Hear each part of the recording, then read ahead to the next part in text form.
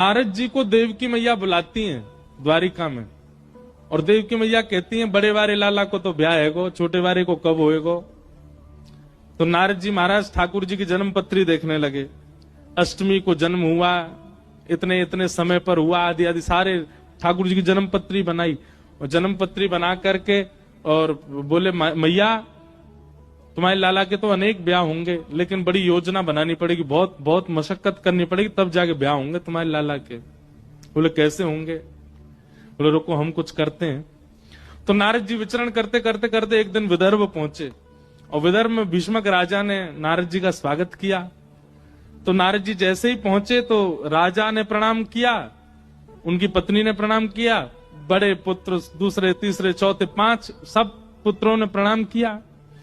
सबसे अंत में प्रणाम करने के लिए आई रुक्मणी। रुक्मणी जी को जैसे ही नारद जी ने देखा और उनके प्रणाम के स्वभाव को, उनका संतों के प्रति जो व्यवहार था और जो उनका स्वभाव था, उससे नारद जी बड़े प्रसन्न हो गए। नारद जी के चित्त में और कुछ नहीं आया, सीधे यही आया, बोले ये तो ठाकुर जी को ब्याह होना चाहिए, इनका तो ठाकुर जी से होना चाहिए। देखो संत महापुरुष यदि मन में सोच लें कि इसको ठाकुर जी मिलने चाहिए, तो फिर ठाकुर जी मिलेंगे, चाहे जैसे भी मिले। आपके घर पधरामनी होती है ना, तो आप ये मत देखा करो व्यवस्था कितनी करें, आपके व्यवहार से पता कर लेंगे संत की आप कैसे हो, और उसी से ही वो प्रसन्न होकर के अगर उन्होंने सोच लिया कि इसको ठाकुर जी मिलने चाहिए तो मिलेंगे। नारद जी ने रुक्मणी जी के प्रति मन बना लिया, इनको ठाकुर जी मिलने चाहिए, पर कैसे मिले?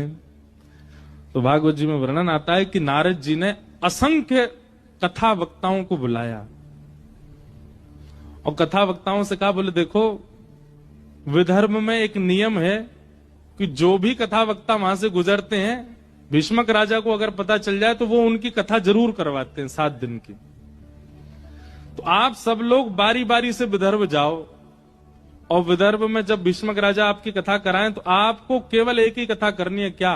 द्वारिकाधीश के रूप का वर्णन, स्वभाव का वर्णन, गुण का वर्णन, सौंदर्य का वर्णन, चाल का वर्णन, ठाट का वर्णन, केवल, और कोई ज्ञान वैराग्य की कोई चर्चा नहीं, केवल ठाकुर जी ठाकुर जी।